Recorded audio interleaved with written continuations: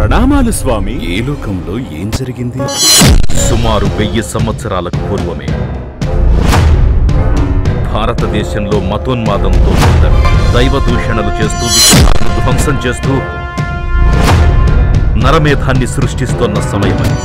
మరి ఈ అఖండ భూమండలాన్ని చక్కబరుచుటకు దారిలో పెట్టుటకు ఈ జగతిలో సమర్థులు ఎవరూ లేరా? అతడే నడిచే రవికిరణం, పయనం మాత్రం మన కోసం. అతడే భువిపై వెలసిన దేవుని ఆగమాదేశం. జయ హో రామానుజా జగమే నీవు, కడలే పొంగినాలవే నీవు. కులము మతము లేదని చెప్పిన సమతామూర్తిగా. బ్రాహ్మణ కులంలో పుట్టినంత మాత్రాన బ్రాహ్మణుడు కాదు, శూద్ర కులంలో పుట్టినంత మాత్రాన శూద్రుడు కాదు.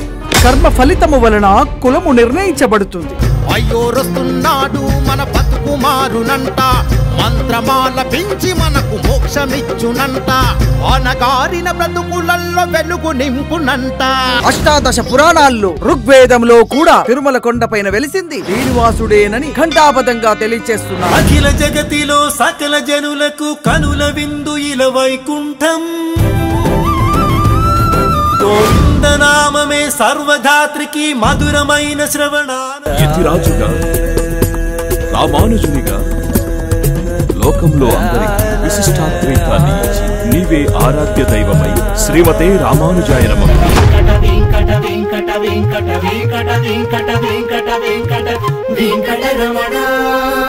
ఈ రాజ్యం వదలకముందే ఆ రామానుజుడిని అంతం చెయ్యాలి. జరగబోయేదేమిటో నువ్వే చూడు.